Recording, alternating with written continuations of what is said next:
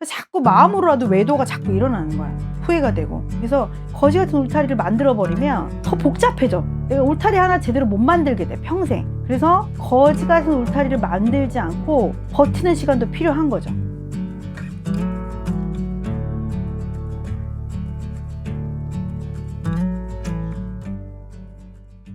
안녕하세요. 상담심리 전문가 앤드쌤입니다. 오늘은 무엇이 궁금해서 찾아오셨을까요? 연애하고 싶은 사람과 결혼하고 싶은 사람 사이에서 고민하는 사람들이 많은 것 같아요.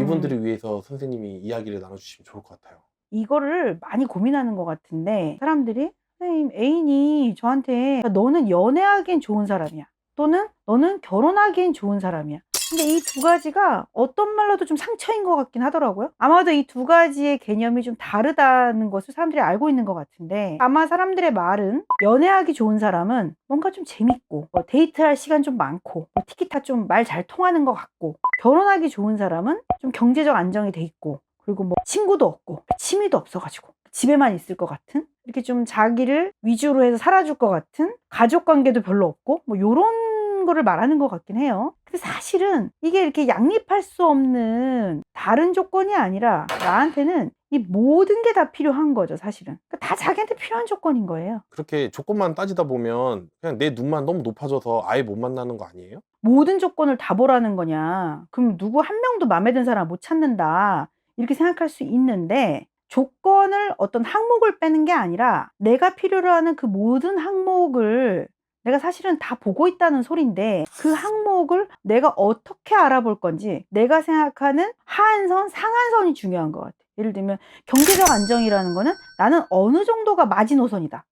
말이 통한다는 거는 어느 정도는 통해야 된다. 그러니까 자신에 대한 하한선이 필요한 것 같아요. 그러면 이상형을 찾는 조건에 대한 이야기를 오늘 좀 해봐야겠네요. 오늘 그것을 좀 알려드릴게요. 첫 번째, 내가 바라는 이상형을 내가 잘 알아야 돼요. 이게 무슨 의미냐면 전 상담실에서 제가 이렇게 얘기하거든요. 이상형이 어떻게 되세요? 그러면 선생님 저는 든든한 사람이 좋아요. 이렇게 말을 해요. 그럼 제가 든든하다는 건 뭐예요? 당신은 상대방의 어떤 모습에서 든든함을 아세요? 이렇게 물어보면 어떤 분은 늘 정확한 시간에 저와 만나는 사람이 저는 좀 든든하게 느껴져요. 라고 한다면 이거는 굉장히 성실하고 어떤 일관된 태도에 대한 이야기일 거예요. 또는 저를 잘 챙겨주고 늘 저를 먼저 보는 사람이에요. 이렇게 말하면 그거는 이제 헌신이 필요하다는 이야기인 거죠, 사실. 그럼 그 다음에 또 고민할 건 이거예요. 그럼 당신한테 성실은 왜 이렇게 중요한 거예요? 당신에게 성실이 중요한 의미가 있나요? 또는 당신에게 헌신이 왜 이렇게 중요해요? 이렇게 하면서 자신에 대해서 오히려 알아가는 게 이상형에 대해서 알아가는 거예요. 든든함에 대해서 시작했는데 나는 사실은 성실한 상대가 필요했구나. 또는 나는 사실은 헌신할 사람이 필요했구나. 이제 이런 걸 알아가는 게 중요하다는 거예요. 그래야 내가 막연히 든든하다고 하는 게 아니라 어떤 사람을 관찰하고 어떤 사람을 알아볼 건지 좀 구체화될 수 있는 거죠. 그러니까 결국 내가 필요한 건 어떤 한 사람이 필요한 게 아니라 내가 받고 싶은 사랑을 줄 사람을 찾아내는 게 관건이에요. 여러분들이 어떤 조건을 바랄 때 그 조건이 나한테는 어떤 의미가 있고 내가 어떤 기준으로 알아볼 것인지를 명확히 하는 것, 그게 제일 중요한 것 같습니다. 두 번째 중요한 거는 거지 같은 울타리를 만들지 않는 것. 전 이게 중요한 것 같거든요. 그러니까 뭐냐면 내가 받고 싶은 사랑이 뭔지가 좀 명확해졌는데 이 사람이 그걸 주지는 않아요. 근데 내가 일단 필요해. 우선 이 사람과 연애와 결혼을 시작하는 거예요.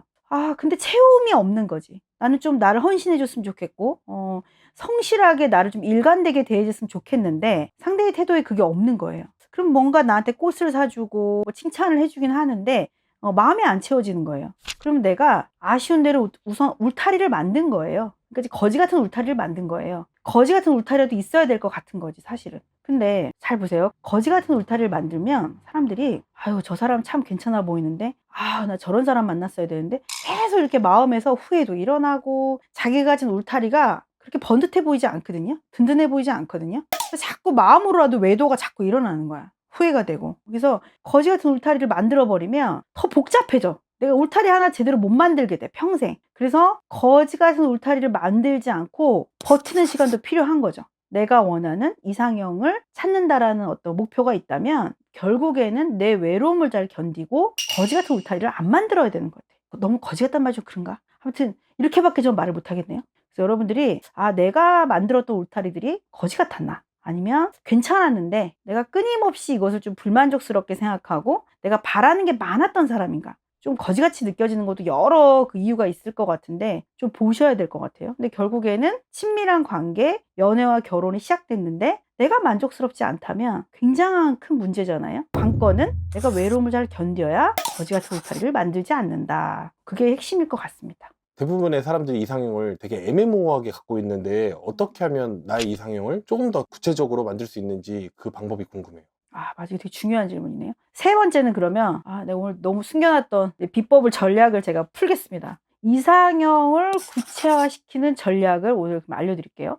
예를 들면 내가 컵을 하나 산다고 생각해 볼게요. 근데 컵을 평생 한 개밖에 내가 못 가진대. 그러면 굉장히 우리가 고민해서 컵을 살 거예요. 막 쿠팡 같은 데서 막 후기도 엄청 읽어보고 막 엄청 검색해보고 나 일단 살 것 같은데, 근데 그 평가가 사람마다 다 다른 거야. 누구는 별 5개, 누구는 별 2개 다 달라서 이거 뭘 믿을 만한 후기가 없어요. 아니면 또 너무 다 좋은 만점의 후기여도 좀 불안하거든. 이거 진짜일까? 그래서 컵을 딱 사는데 뭐 이러는 거예요. 제가 이제 저의 컵을 샀던 얘기들을 좀 생각해 보면 야 그래도 예쁜 컵을 하나 사라. 그래가지고 막 귀족들이 그렇게 막 티타임 할 때 먹을 것 같은 막 이렇게 예쁘고 막 금태 둘러있는 컵을 샀단 말이야. 집에 가져갔더니 전자레인지도 못 돌려. 그리고 막 조금 부딪히니까 막 깨지고 나한테 이런 게 안 맞네. 그럼 이제 두 번째는 그럼 나는 이제 조그맣고 귀엽고 요런 컵을 또 한번 사본 거예요. 에스프레소 잔 같은 걸 사본 거예요. 귀엽긴 한데 물을 조금씩밖에 못 담아. 저도 굉장히 귀찮은 사람이거든요. 굉장히 귀찮은 사람인데 물을 왕창 못 먹으니까 이거 되게 쓸모가 없더라고. 이것도 좀 에라야, 에라. 그래서 내가 이제 뭘 사야 될까 또 고민하다가 어느 날 이제 지나가다가 또 의식의 흐름대로 그 어떤 공방 같은 데서 예술가가 만든 또 그런 혼이 담긴 뭐 그런 컵을 산 거예요. 되게 예뻤다고. 이거 되게 크고 막 이런 거 있어야 돼 내가 이제 이러고 가져갔더니 우리 집에 안 어울리는 거야. 그래가지고 이게 그냥 된장 뚝배기 같은 또 예쁜 쓰레기를 하나 갖고 온 거예요. 나는 무엇을 사도 나한테는 다 필요하지 않았어요. 그래서 제가 컵에 대한 기준을 제가 하나 쓰는 애장컵이 하나 있는데 쇠고요. 절대 안 깨지고요. 그리고 두 번째는 저는 좀 게으르다 그랬잖아요. 그 뚜껑이 필요했어요. 먼지가 안 들어가는. 하루 종일 대충 물 담아놓고 먹어도 되는. 근데 내가 선호하는 뭐 좀 독특함은 있어야 돼. 그래갖고 내가 좋아하는 좀 약간 카키 계열의 뭐 이렇게 좀 깔은 있어요. 색은 있어요. 저는 그 컵을 산 순간 되게 마음에 들었거든요. 이거를 만약에 이상형을 찾는데 적용한다면 저 사람 안 돼. 별로야. 이게 아니라 이를 소개팅을 나가든 뭐 그냥 학교에서 같이 수업 듣는 반의 친구든 회사의 동료든 어떤 행동을 봤는데 굉장히 거부감이 들어. 나는 저런 행동을 보면 거부감을 느끼는 사람이구나. 아니면 왠지 저런 말 하니까 마음이 훅 가. 나는 저런 말에 마음이 흔들리는구나. 나는 솔로를 봤는데 별로야. 왜 별로지? 저때 저런 말은 난 진짜 싫으네. 그러니까 나에 대해서 알아가야 되는 거야. 상대를 X해 가는 게 아니라 나에 대해서 알아가면 결국 내가 필요로 하는 기준들이 만들어지는 거예요. 이상형을 찾아가는 과정에서 적용해 보면 좀 좋을 것 같은 방법이에요. 제가 나름 아끼는 전략을 제가 풀었습니다. 도움이 됐으면 좋겠어요. 여러분이 있는 곳에서 빡빡 잘 눌러서 서 계시면서 오늘도 하루를 잘 넘기셨으면 좋겠습니다. 감사합니다.